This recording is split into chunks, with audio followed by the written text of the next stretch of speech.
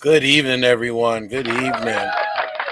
Welcome to another rendition of Frontline News. We'll bring you new conversations from around urban America and beyond. Good evening. Good evening. I am joined this evening by my partner in the streets, partner in the struggle. Um, where you at there, my sister? I think your camera's not on. Something's not on. You Oh, got it. Yeah, I'm my sorry. fault. Look, I look. no, I kicked myself out when I meant to hit the cam, but then I hit the home button. Technical Everyone, difficulties. give it up. Everybody, give it up. Give it up. Give it up for Donna Tebron Green, our Hey life guys, coach hey guys. extraordinaire, and our CFO of our organization, and just um, someone that I consider to be my own sister. Like we sister and brother from another mother. You know what I mean? So, um, Absolutely. but how are you feeling this evening, my sister? I'm feeling with my hands right now. But hey Panita, how you doing, Panita? I'm having one of those days. You see my messy bun going on, so I'm having one of those days today. But I'm ready for this. I'm ready. Well, we got a great conversation for y'all this evening. We're gonna be talking about, of course, what's going on. I'm sorry, I had to turn the music down. We're getting going to commercial there on YouTube. We're gonna be talking about this evening our youth and the criminal justice system, Mm. and how our organization has really kind of stumbled on the fact that there's an issue going on with the juvenile justice system. We're seeing too many folks that are being victimized while being under the watchful eyes of the public safety system. And even in some cases, while they're under the public safety system, they are going out there and perpetrating crimes. They're out there committing crimes while waiting for trial on their crimes. But first of all, good evening to everyone. Please like, share, love, do all that stuff to get the message out there. Share this broadcast on your timeline. And of course, we got to thank blackusa.news for allowing us to have this platform. Donnie gave me a shout out earlier today. He had an amazing program on the Donnie Glover show earlier today at 9 o'clock. So they were talking about the prison industrial complex and a report that just came out in 2021 that showed that blacks are being incarcerated 5 times more than any other group in America. Mm-hmm. So the prison, It's intentional. the industrial prison complex still continues as we see. Before we get into our conversation this evening, we are going to be joined by our CEO and founder, Yolanda Pulley. As always, she gets pulled a lot of times. She's out there helping folks in the community. So she's tied up right now, trying to help a family navigate through their struggles. But before we move forward, we're going to start the conversation, me and you, Donna. But before we go any further, please, folks, if there's any of the sponsors down below that you see going through tonight, that you can sponsor, buy something, purchase something, utilize them for something. Stop at Terra Cafe, 101 East 25th Street. We know that brother Terrence just recently, his business was vandalized by Yeah. youth in the community.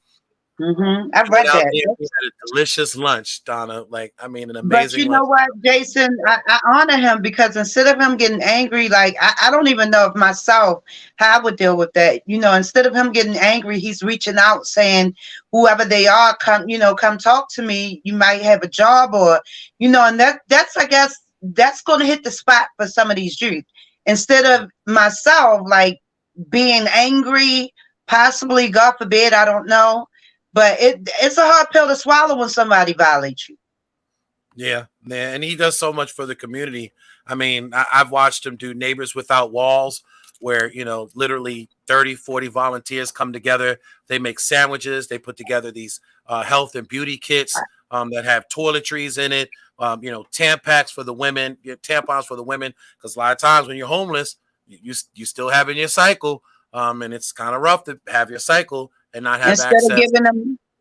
giving them hot pockets, because where they gonna heat it up at? Yeah, You right, have right, to right, give them right, things right. to make sense. Well, So, he gathers like 30 to 40 volunteers. They go out and they feed the homeless on at least once a month. Again, they pass out health and beauty aids. They make these packs that are geared for men and women. So they have the men, of course, have the shaving stuff in it, and the women have, again, the toiletries and stuff that they need, to be able to keep their feminine hygiene up. So again, so that's really thoughtful, because again, a lot of folks just go out there and say, here's some soup, but it's 90 degrees outside. You know what I mean? Or like you said, here's a hot pocket. You don't have electricity in a microwave. Or hot coffee when it's 90 degrees. Like, we got to do things that make sense.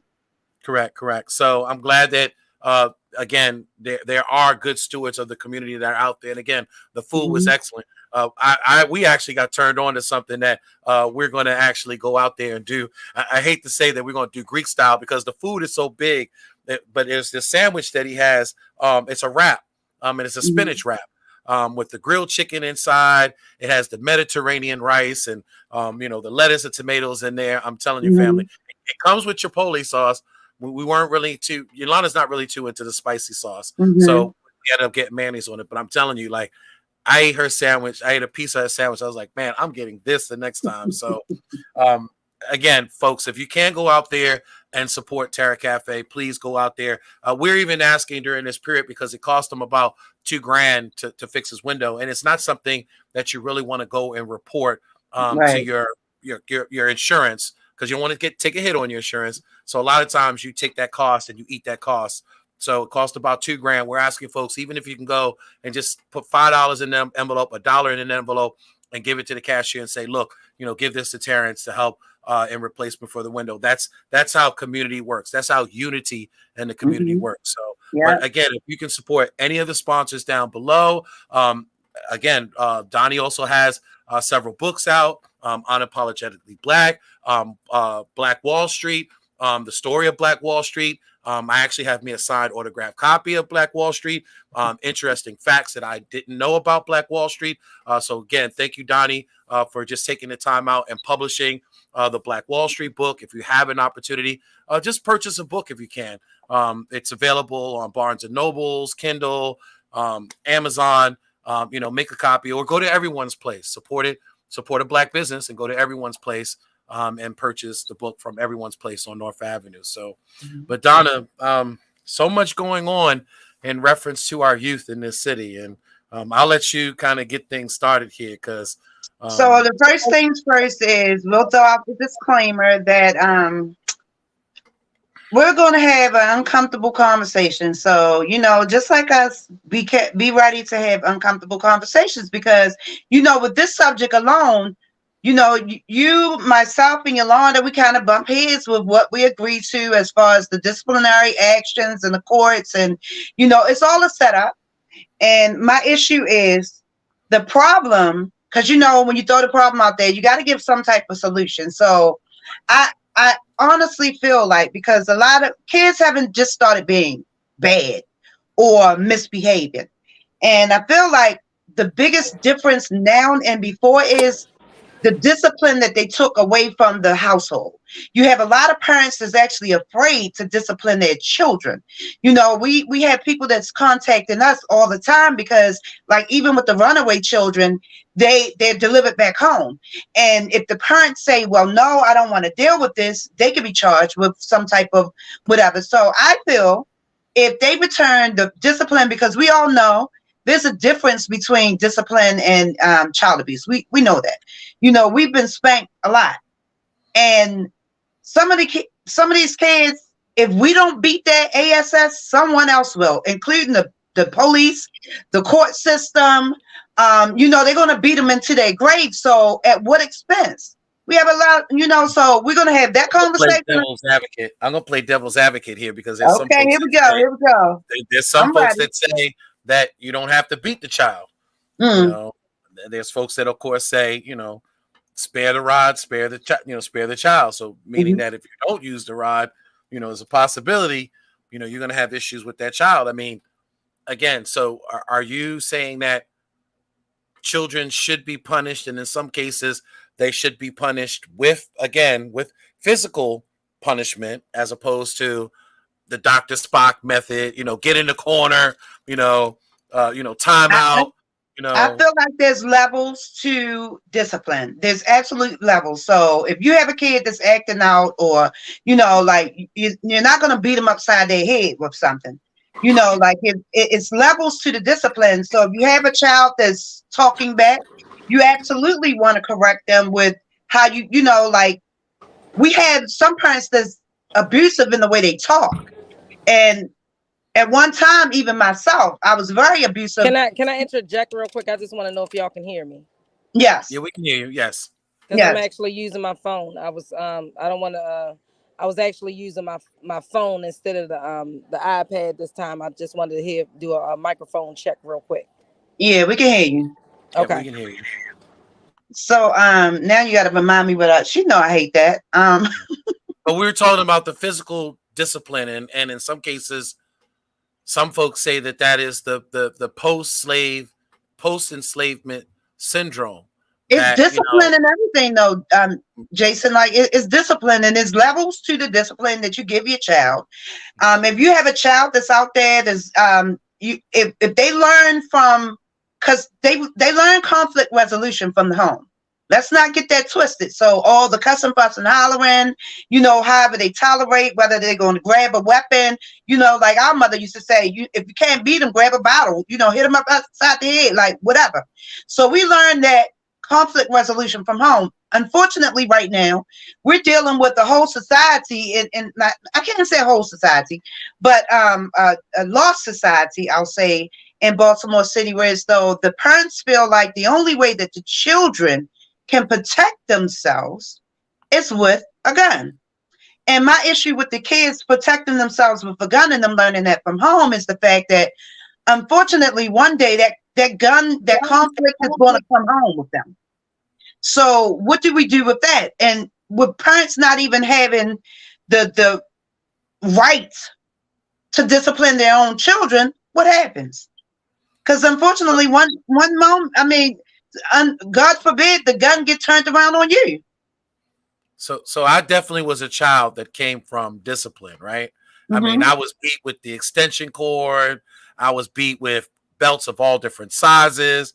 I even got beat with a Hot Wheels track. I don't know if y'all know those old yellow Hot Wheels tracks that you used to be able to make loops with, and you see it, you throw your car through it, and it rides the track. My moms would grab a bundle of them because I would always have something going on in my room. I'd always have them, going up the wall and making loops and stuff. My moms would literally grab a stack of those Hot Wheel tracks and tear my behind up with it. But now on my son's end of things, James, my son Smoochie, I never hit him or disciplined him, except there was an incident where he had a little girl in the house.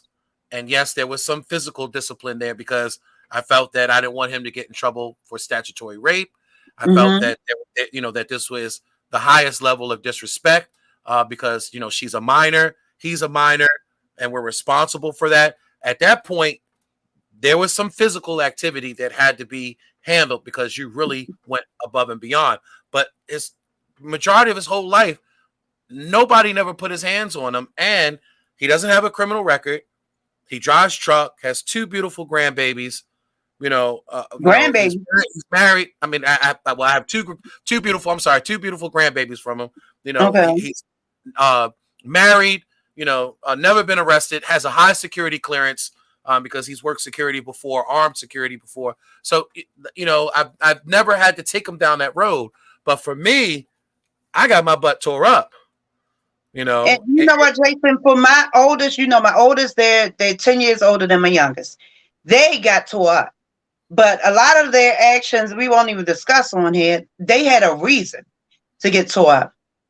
My youngest, it's like the most he would do is give me attitude. So if I fussed at him loud, like it's almost like I beat him bad, like in a corner. So that's why how James was. Levels to the discipline. A stern talk with James was kind of the enough. Most of the time. Matter of fact, he even tells people, he says, man, he would talk me to death, but I remember every lesson that he taught me. But I would rather have been beaten than to have to get the long conversations that I put him through sometimes. in reference to just understanding accountability. I wanted him to understand what accountability was and what he had did, because I don't want to sit there and necessarily see my moms did things like this. My moms would come in the room and tear your behind up, and she would be saying what she was doing, what you did wrong. You better not, never, and you really don't hear clearly. And all you know is you're fighting off the beating. You know what I mean? But with James, it was different. It was like we would talk to him and make him understand that everything had consequences. Even one time, I took the light bulb, the TV, the game system out of his room because he had did something in school. And I said, if you'd have did that in the work world, you'd have lost your job. And if you lost your job, you can't pay your rent, you can't pay the gas and electric. So to teach him a lesson, we took the door off, to show him that you're homeless. We pulled all the electric out and took everything out of the room to try to show him that there are consequences for your actions. But, for me, Yolanda said let her in. Excuse me, Jason. Yolanda said let her in. Oh, she left out and came back in. Sorry, Yolanda. Wait a minute. Can you start paying attention, please? So you were on and you left. No, I didn't leave anything. It kicked me off. Okay, but because that happened, I didn't see that you were grayed out again. So, forgive me, my dear sister. Forgive me. But family, we do have Yolanda Tebron. I'm sorry, Tebron Green on, and we also. I'm sorry. Did I say Yolanda? I'm sorry. We have Yolanda Pulley. I'm sorry. Former mayoral candidate for Baltimore City, as well as future mayoral candidate for Baltimore City. What's going on, my sister? What's going on, my queen? Well, you tell me, snacking bacon, for the love of God. Okay, so there's other forms that people can actually. It doesn't always have to resort to a child being beat. When we're talking about discipline, we're talking about, like you said, you can talk a child to death because you do it all the time. We overstood. He would rather have gotten beaten than to sit up there and hear all that you had to say. Nobody said it. I was going to say, remember that, Yolanda, when we would literally say we would rather take the beating instead of the punishment, because the punishment would be for weeks versus getting that or months. Right. So it's other forms of discipline. It doesn't necessarily always boil down to you putting your hands on a child. It could be, time out. Like we used to get sent, when me and Donna used to get the fighting and arguing, and Granny would send us in a room together and make us sit there until we got along. That was worse than a beating. Because we literally learned how to get along. Wait a minute. We learned how to manipulate, honestly, because we still didn't like each other. Sometimes we came out of there, but we learned how to smile it out. Like we knew literally how to show you that we knew how to act right. Right. So that's all we're asking you to do. Learn how to act right. Even if it's just for a little while, like she said, we learned to manipulate because we got tired of our friends being outside playing and we looking out the window because we're not allowed to go outside because we can't get along. I did that to James one summer. I punished him for the whole summer because right near the end of the school year, he got real disrespectful with the teachers. See, my thing was, you come back to us and you come back to your parents and you tell us if you have an issue at school that you feel is a violation of your personal space or a violation of your mental space. So in other words, if you have a teacher that's cussing at you, you don't go back and cussing at the teacher. You come back to us and then we deal with it as adults. And we're going to put that in check immediately. But he actually got engaged in words with a female teacher and called her all kinds of names, disrespectful names. So again, for us, if he'd have been in a work environment, he'd have been fired.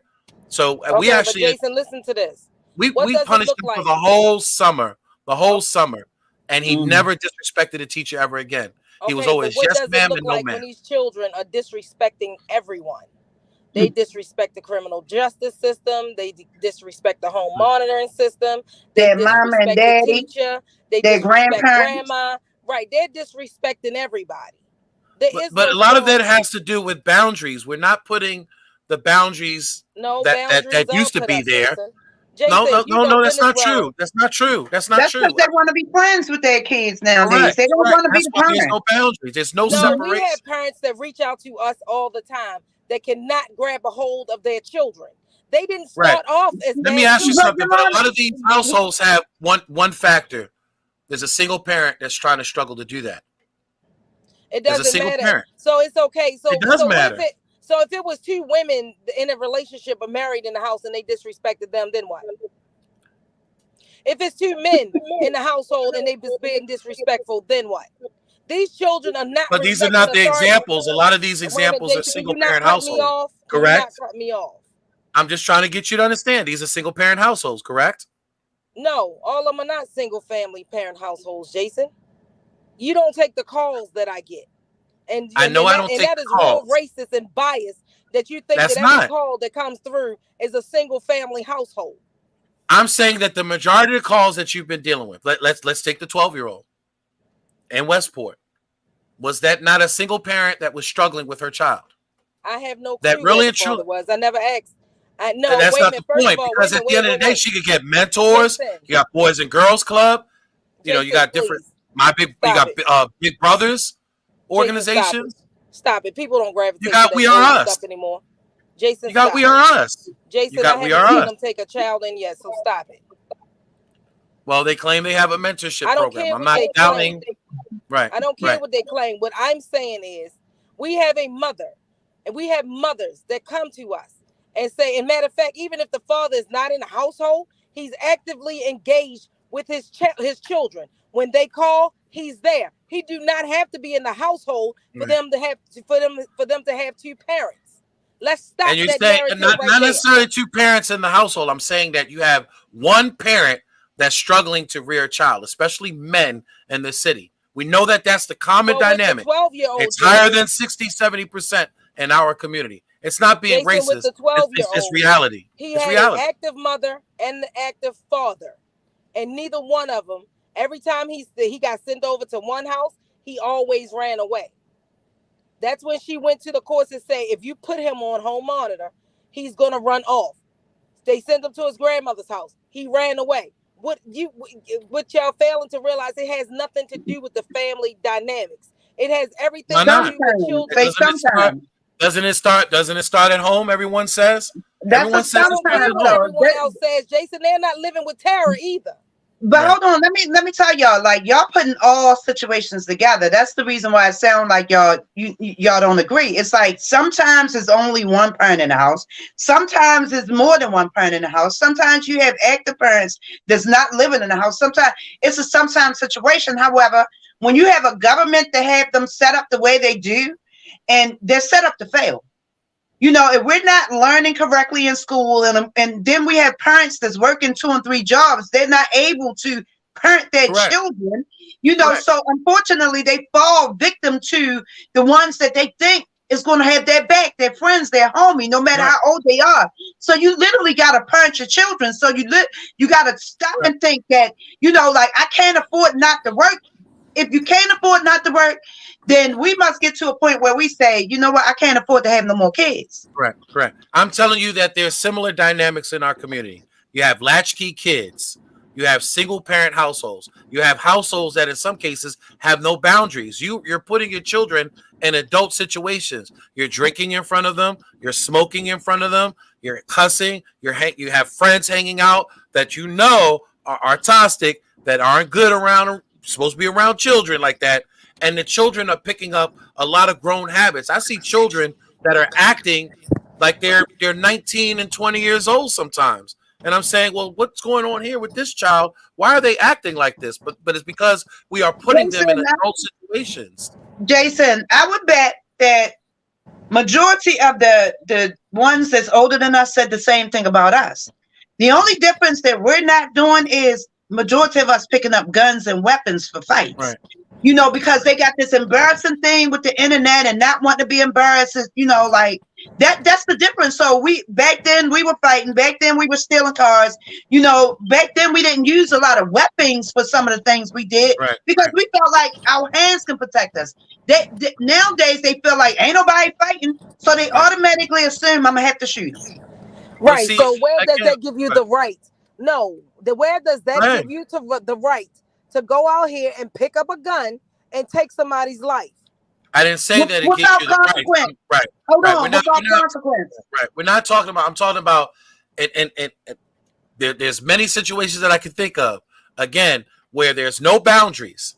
The children have been out of control because you didn't put boundaries there. You're putting them in adult situations. You're handing them a tablet instead of engaging with them and working with them and nurturing them and rearing them. You're basically allowing them to raise on their own. I have to call it out as it is. I got family members like that.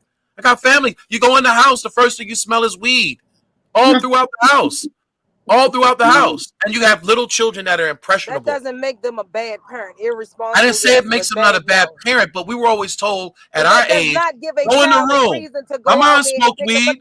My mom's drank. My mom smoked weed, but we had to go in the room. And we would listen sometimes in the door to hear what grown folks were doing, and we get caught. But for the most part, in our generation, it was get out of grown folks' face. Sometimes, Jason, no, but let's keep it funky now, because sometimes we had a lot of parents that was addicted to drugs and alcohol, whereas though they were more of our friends than they were our parents. So that's where it all started at. So our grandparents start being the actual parent, and the parents start being the friend, because they had so many regrets behind what they may have done, and then a lot of us had problems forgiving. We got to take it. It's so many layers to this. So it's like this subject can go on and on and on. Then you got this one other factor: unwanted children. Donnie said this today. Oh yeah, said we got to stop having unwanted children, and we see the dynamic sometimes when again, because we do have this sexual-driven community. It's in our music, it's in our clothing, it's in our entertainment. Everything is sexualized. And then we sit there and we make a mistake because everything is sexualized, and we have this child that technically we didn't want in the first place. And then we hate the baby daddy, and we treat the child. You know how many times Patrick has said he's heard that working at Liberty Tech and Rec? You just like your father. I can't stand him. I can't stand you. You just like your father. Come on. And dragging. But that's not every household. That's not. But I'm telling you that there are these. Again, let's stop generalizing. Just say some parents. No, it's not. You're not understanding. All of these equal up to the whole pie. That's what I'm trying to tell you. Yes, there's a great percentage of folks that are out there that are rearing their children and doing the responsible thing. But when you add in teenage pregnancy, when you add in unwanted pregnancies, when you add in parents that are trying to be friends, when you add in parents that are putting children in grown, and you add up all these things that are more common out of the house. When you take discipline out of the house, right? There's and again, you pass legislation that's going to make them not understand what accountability is, because all of this is a setup. Right. Yeah, but Donna, let's talk about who Jason always using as an example all the time. Mr. Ted Sutton. He had two parents that grew up in the church. Correct. He still went out there in the streets and did that's because what he the streets influenced him. The streets influenced him. It doesn't matter, at some point, his parents did like this. His parents said, "You know what? We ain't gonna keep doing this. We ain't gonna keep saving you. And you're gonna stop over talking me. That's what you're gonna stop doing." You're not hearing. Ted's situation is just like every other. I didn't come really from a bad home. I didn't really come from. My mom's worked, went to school, fought hard to try to keep her household. So it has nothing to do with at home. It's what I'm sitting here telling you. You can't say it started at home. But you can't say it. But hold on, you can't say it has nothing to do. I'm talking about certain circumstances. I'm not going to generalize everybody. Yeah, I'm not generalizing. I'm saying that's a large portion of the pie. That's all I'm saying. That's a lot. There are dynamics in our community that creates these cycles. And unfortunately, sometimes children do because they want to do. That's what you're failing to realize. They want to go out here and be the next biggest, baddest thing, biggest. But you know what, Yolanda? Unfortunately, let me just say this. Unfortunately, a lot of us made it bad for them. A lot of ones in advance of us made it bad for us, because what we saw in the magazines, what we saw on the TV, what we saw in what was represented in front of us, the only ones in our hoods that had the money was the ones that was doing illegal activities. If you wasn't sexy enough, pretty enough, or smart enough, you wasn't making that out of the hood. So you typically did some of the things that was normal to us. Like the way, like we're not gonna let the white man hold us back, and we all know how to get this money. So and a lot of times what our parents water, and what we water will grow. So instead of our parents and what we missed the mark on, instead of us watering our kids' brain and their whatever Nurturing. whatever it was. So like if they can draw a beautiful circle, instead of us talking about well, why are you drawing a circle when you can go out there and play basketball and football, knowing the chances of what we were doing to them was going to set them up. Correct. Because it's like instead of watering what's there on them, so whatever the skill is, so if it's a boy that can dance, instead of us saying, oh, that's what girls do, let's try to figure out what we could do to try to make them money from things that they love instead of things that we want them to do to push them. Because for all of my sons, I saw something else for them. I saw one being a football player, one being a basketball player, and one being a boxer. Oh my God, was I wrong? And that's typical in our community. That's not stereotyping. That's not stereotyping. That's typical. Donnie's even said it. But we got to stop doing that. Like, instead of me telling all of my sons, y'all smart, whatever you want to do, you can do, be the best of it. Right. It's like I literally pushed my son into college and into debt for him trying to do something for me. Right. With like in the Nigerian community, they say, my son's going to be a doctor. My son's going to be a lawyer. My son, right? You know what I mean? Like they don't respect a lot of other things. No, the basketball. No, you're not gonna be. Like, no, you're not gonna be no athlete. They don't want no athlete. That's not respectable to them. Correct. And there's other societies. I know the Jamaican community thinks the same way. Even in Hispanic, I keep telling folks in the Puerto Rican community, like you don't understand. Like me and my cousins, we are all shunned upon because all of us really kind of, hit the streets running. Even my female cousin, I won't throw her name out there. I love you, my sis. But she was out there hustling, and everybody else in the family had broke cycles and was like the first on that line of the family to be college educated, to have a PhD. We have PhDs and all kinds of stuff in our Puerto Rican side of our family. But for they look at us like, we are the black sheep because we didn't excel or move at that same level as everybody, or achieve at the same level as what the family was trying to achieve at. Okay, but listen to this. We in the black community see our children as two things: either success or failure. By pushing what we want on them, because we're still trying to figure out how to get out the ghetto. So we want our children to be star basketball players and football players to get us out the ghetto. Instead of us getting off our real ends, because a lot of us are, we're capable of going out there working, but we just don't want to. We get too comfortable and too settled in the system and feel like, oh, if I do this, they're going to take that. And unfortunately, that is the case now. So if you are out there making a little bit of more money, you're not going to get any food stamps and medical assistance. So it really makes you think about it nowadays. Like, if I lose my medical assistance and my food stamps, like, I'd rather quit a job. But then the ones that do lose everything and go out there and have to work 2-3 jobs, they're leaving their children at home. They're latchkey kids. And they're praying they don't get sick, though. Listen, they're praying that they don't get sick. They're praying that their kids don't get sick, because now you're living with no medical. Correct. And the one thing that we definitely living without, the one thing we don't want to talk about, one thing that we don't want to think about, and the one thing we don't want to pay for is life insurance. And the bad part about it after COVID, like, on here to talk about that, like, so we push our children to be the biggest and the baddest, and we teach them shut up, get up, it don't hurt. If somebody hits you, hit them back, and you better knock the no pain, no gain out of them. We're teaching them behaviors that they do not. We're not teaching them conflict resolution. We're teaching them violence. But Yolanda, what I say, we had angry parents. And angry parents have what? Angry kids. A lot of our parents, we marinated in their anger. In the womb. Like, that's something when you're marinating. And just like Jason said, it's like unwanted kids. Like, when you got somebody that's dealing with situations and feel like they have to have a baby, and then they go with the dropping the baby off because they don't want to deal with the baby. So God forbid what's happening to the baby, because they're not paying that baby no mind.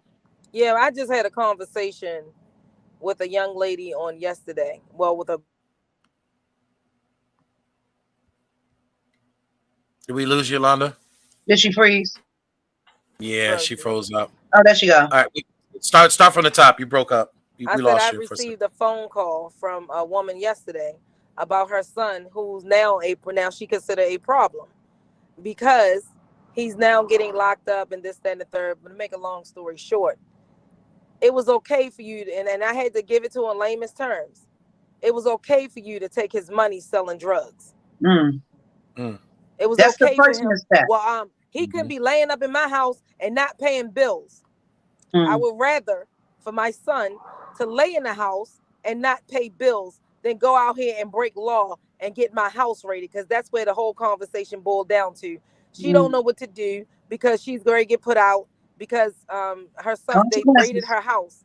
They raided her house and got guns and drugs out of the projects. And now all of a sudden it's a problem. No, and what I told her was it was okay for him to do this as long as he wasn't caught, to help you pay bills. Oh. Well, and as long as you didn't stop it, that's her consequences, because you're teaching your, God forbid, there's other children, because you're teaching your other children, oh, well, if he sold drugs or if he making money from selling drugs, I'm going to try to do the same thing because it makes mommy happy. Yeah, we literally have women that's in the projects that's losing their boys and their females to violence out here in the streets because they chose to go out here and do all the wrong stuff. Yeah. And then it becomes a problem. Then it becomes a problem, and now you're sitting here sick and you don't have any children when you should have nipped it in the bud. Then I do not condone that type of behavior, and guess what? I cannot help her. I'm not fighting for eviction. That one, you knew what was going to happen. And two, I'm not fighting for an eviction. And that's the rights and the responsibilities of the tenants and also the landlords. So we don't condone bad behavior. Right. We can't save the bad behavior.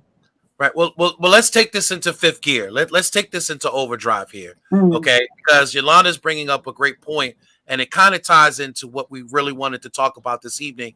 And that's the juvenile justice system and the whole public safety system and this whole monitoring system. Yolanda brings up a great point. Some of these households are kind of perpetuating what's happening. You know that your son was on the box. You know your son just got caught for a handgun charge or drug charge. But then he's back out in the street on the box selling drugs, or in this particular case, in this situation, we know that Mr. Jackson, who was involved, that was just arrested recently and for the 30 folks that were shot, 2 killed in the mass shooting in Brooklyn homes. Now, it turns out that he was arrested in February of 2023. And at that time, he was locked up. He was not out. He did not make bail. All right. Wait a minute, tell me why he was locked up, Jason. He was locked up because he was found in Mervo. The police had tried to engage him in reference to, they believed he had a gun on him, and he refused to be searched. The police had to fight him for his bag. 4 officers, we heard. All right. They found an extended clip, 9mm weapon, illegal, of course, probably no registration, stolen, loaded. In full, fighting 4 police officers, which at the minimum, like I told Yolanda, is a 2nd-degree felony assault at the minimum. All right. Why was this child then remanded to juvenile court? So he was locked up in February. In March, he actually was released because they filed a habeas corpus writ against him because he was still locked up, getting it pushed down into the juvenile court. He was then released because he didn't have a trial date yet in juvenile court. And part of his release was that he was to be put on a box and stay his butt at home over in the Homewood section of Eastside Baltimore. So how does a child who was supposed to be on the box on the day that this happened just no more than 4 weeks ago, the mass shooting in Brooklyn, how does he end up in Brooklyn on the box with another weapon and causes a mass shooting, or we'll say allege is because involved? People don't vote. And how do you say this is in reference to voting? Because people don't vote. People don't vote because, like, if people voted, we would have the right people representing us, passing the right laws instead of the setup that we're going through. So you don't think that the system? So you're saying that this system or this policy shouldn't have been necessary in place? Because again, If you I'm have, and I told saying you, that Lana, the only reason why he may have been out on the box was because either the juvenile facility was filled up, something was tied up to where he couldn't go to a juvenile facility, and they mhm, thought that sending him home under the box, which is a either system. he'll die or he'll commit another crime to make us keep him next time. No, So it's But that this is one. this is this is is that the purpose? no, this is That's the what purpose. happened. It's rotating them because it's collateral damage. You know it is. It's collateral damage because I feel like each child that commit any type of anything, they need to be looked at individually. It shouldn't be, oh, they're under a certain age. They shouldn't, if the crime He was applies, 17. He was huh? 17. He was 17. He could have been charged as an adult. He could have been and he should have been. Right. But he ended up in juvenile court. Now, again, there's Now a facing system. more serious Right. crimes. Right. But there's a system that's supposed, no, when he was 17, he was on the box at home. The system is supposed to say, you take your butt home with your child, you watch over your child, and here is your court date coming up on this date. And while you're waiting on trial, you're supposed to be supervising your child. He's supposed to be in school or some sort of program. There are requirements when you send a child home under home monitoring. But no one's checking it though, Jason. We already know no one's checking it. And when the parents call in and tell them, even report them that they're not there, and they already know, what the situation. When the parents call them and let them know, well, my child done left. I know, I'm concerned about my child. They're not doing a thing. It's like it's collateral damage. And we got that phone call.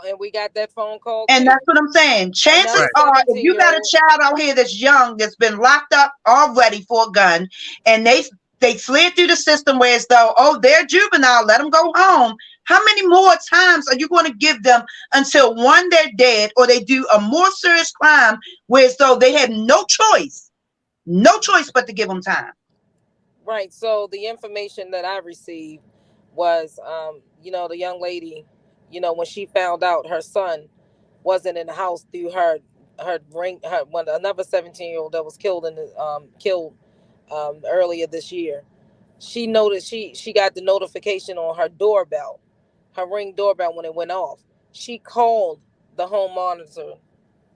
She called the home monitoring, and she called the home monitoring, and she told them that her son was not in the house, and they needed to go locate him.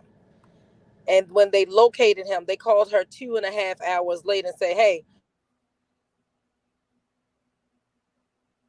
on our way around the corner to get him," and he was already deceased. Yolanda, you remember back in the day when the people was on, and I know you remember that too, Jason, when people was on the box, as soon as they left off of something, as soon as like they made that phone call, and if it wasn't something going on with the phone or something like that, they was coming out. What happened to that?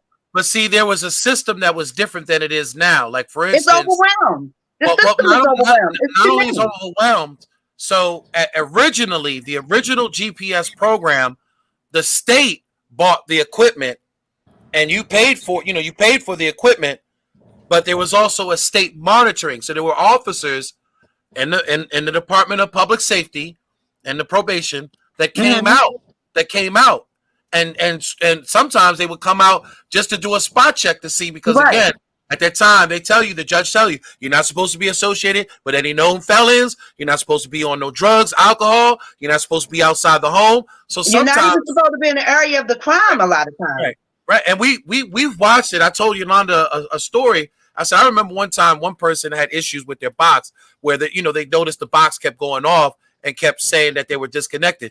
And they told everybody, they said, man, I gotta call these people because, if this thing keeps going off and they come and snatch me up, man, I ain't trying to get, we were scared of it.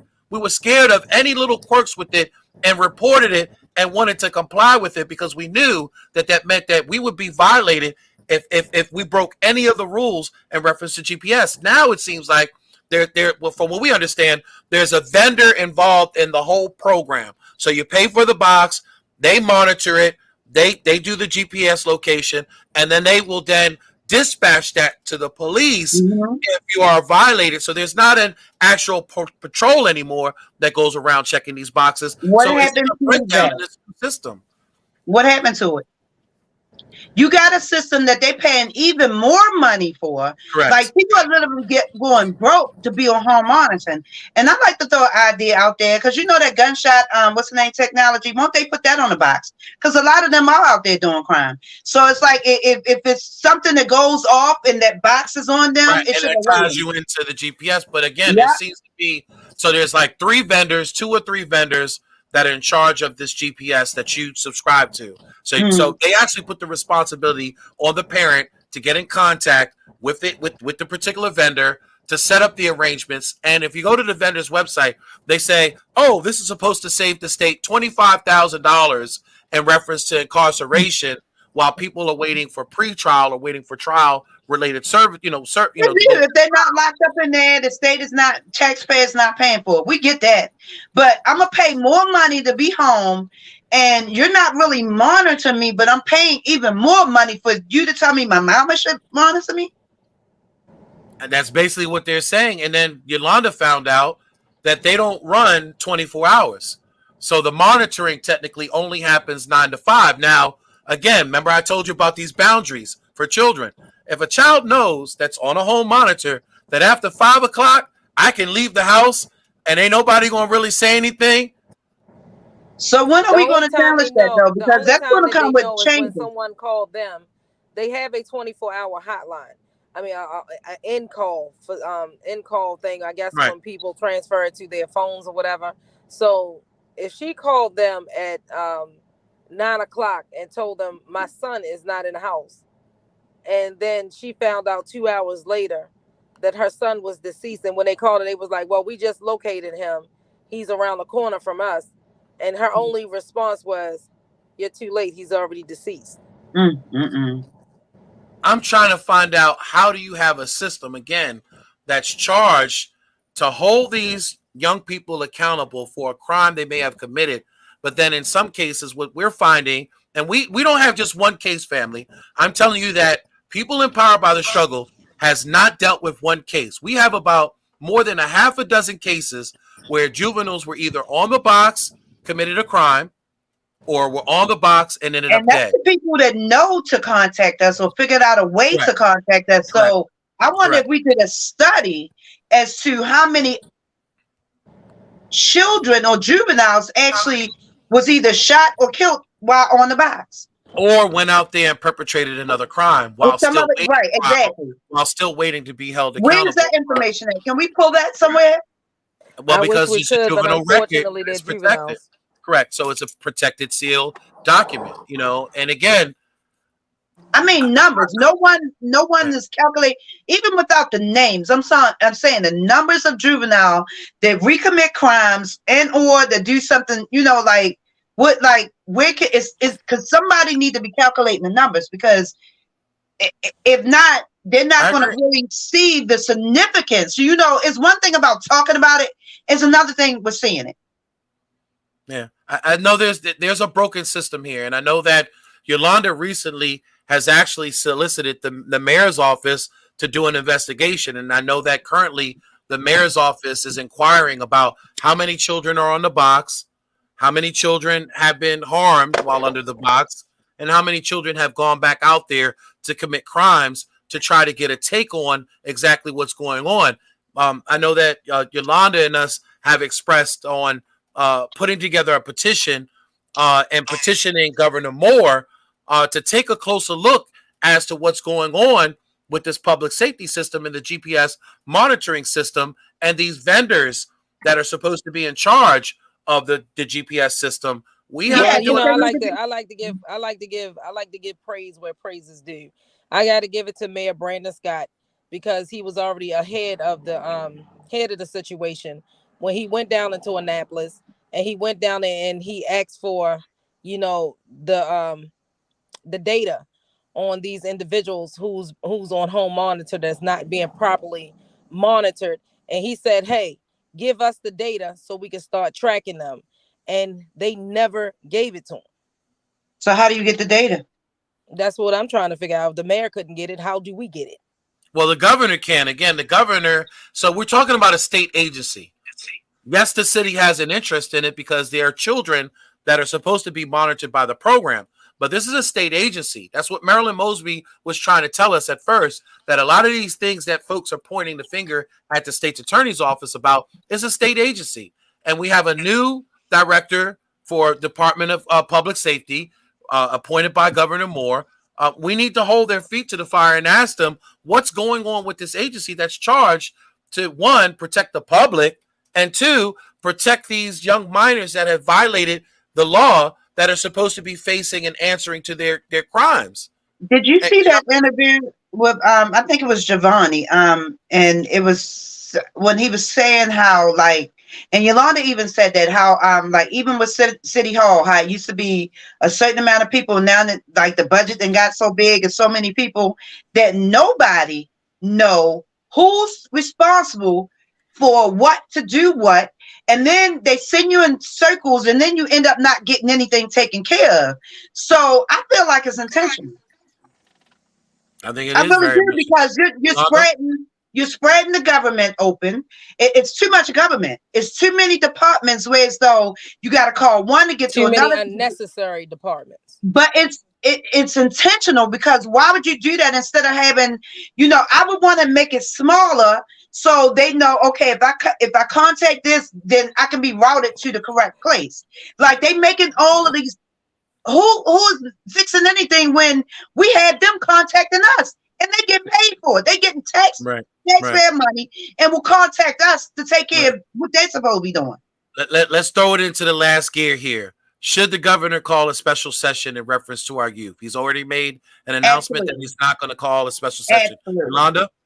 Yolanda? Well, I don't feel like we don't see if we know what the problem is, and we already have all these laws in place. Those laws need to be enacted. We don't need to keep creating more laws that's only going to turn out to be something else fail. We need to act on the ones. Review the ones that they have in place. You got to have a conversation to review them, and a special session, because again, this is a state of emergency. No, but I'm telling you that the youth violence is up in this community, in our community. I can't talk about any other community. Yeah, but they're talking about a special session to create more laws for juveniles. We don't need to review the law. Look at what's going on, Yolanda. You don't have to throw out another law. Like the ones that they have right now is not working. It's not. Right. And you have to ask the questions in reference to public safety. But you have to ask the question about public safety. Again, if you're charged with a task, and that is the mechanism that children are supposed to be protected under, why are children being murdered while under the box? Why are children still running out, carjacking, I'm going to give you an example, Jason. I'm going to give you an example. It's not why. So just the other day, Yolanda was telling me about something that just happened to her with some juveniles that made a comment that they were going to take her truck from her. Like, this is what we're dealing with. So suppose Yolanda was one of those reckless people that heard that and just shot him. Right. Because you got a lot of people out here now, they're not playing with them. Or like the gentleman that tried it. And again, I don't encourage vigilante justice, because again, you could end up on the wrong side, of what you think is justice. And in a situation, you get out of a vehicle with a baseball bat and you end up, dead in the process. Yolanda could have took action, but these young people have backpacks on, and we don't know what's in them backpacks. Not nowadays. My issue was, Jason, is not going to get a gun, not pulling out a bat. If I had made the bad decision to use my vehicle as a weapon, you would have been on the wrong side of vigilante justice, because you would have been arrested for harming them children. Did y'all hear about the young man that his son was hit by the car and the guy got out to help him? I mean, it wasn't intentional, but he killed the guy because he hit his son. So we're dealing with, that's what I mean, the fragile sticks. We deal with so much that we're not willing to take the loss of one more thing. We're not willing to take the loss of you taking my car, you taking, God forbid, my life or my kids' life, because then it creates a domino effect. Right. I agree. I agree. Go ahead. Jason just agrees that, we have to pull these children under our wing and give them one big hug and release them to the street. I didn't say that. That's not what I said. You're taking my words out of. So and she's trying to start trouble, family. I'm telling you, she's trying to start. When we get off air, it's gonna be some trouble. Okay, but no, honestly, my thing is, I'm saying that we need to get to them before they've reached the box. We need to get to them before they're out there trying to carjack to them. And the way that we get to them in some ways is we have to get out and mobilize in the communities. We got to have social workers in our community. We have to have psychiatrists in our communities. We have to have what is it mental going to health look like, specialists. Jason, when they pull out them guns on social workers? What is that going to look like? Right. Because remember, what they grew up thinking the social worker is somebody that's going to come in and take them from the home. So it's literally like we got to teach. I'm not talking. There's mechanisms in place, like for instance, in elementary school, when you know children are acting up in elementary school, and you have a guidance counselor that's watching over the school and identify, refer them. Allow some of these organizations because they know what they're dealing with in the parents. You got a lot of parents that's out here that's broken and dealing with a lot of mental illness that's afraid to even face work on the parent too. Work on the parent too. Yeah, it's a whole lot, but it's layered. You gotta hope, Jason. You know goodness well that some parents are unworkable. That's why their children are uncoachable. Because what did we go through last year at Forest Park? The woman sat up there and said, "He's your problem for 6.5 hours. What are you calling me for? I'm not coming up there." When a little boy thought it was a good idea to pull a gun out on Jordan. And see, the problem is, suppose somebody had retaliated against this kid, and then mama would have been looking for a son that didn't return home. But then somebody else. Guess what, Donna? Unfortunately, one of them did lose their life. Yolanda, that's what I said. The one up top. Remember, I said that. We got to wrap this, family. Again, as you can see, we're only getting started in this conversation. And I think we got to definitely circle back and have another conversation about this, because at the end of the day, our children are dying. And we're not talking about white babies. We're not talking about Hispanic babies. We're not talking about Asian babies. We're talking about black babies. I knew he was going to try to slide that in.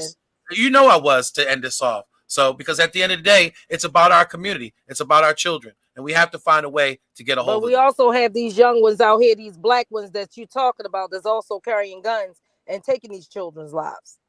I get it. I get it. Love y'all, family. Y'all be blessed. Go out there and do something for someone other than yourselves. Donna, really quick. That's the close when I say see you next week. I love you guys. And let's continue having these uncomfortable conversations. And Miss Pulley, where we didn't get to see you, say good night. Good night, family. And we're just gonna love on Jason as much as he want to go out here and you in trouble with guns.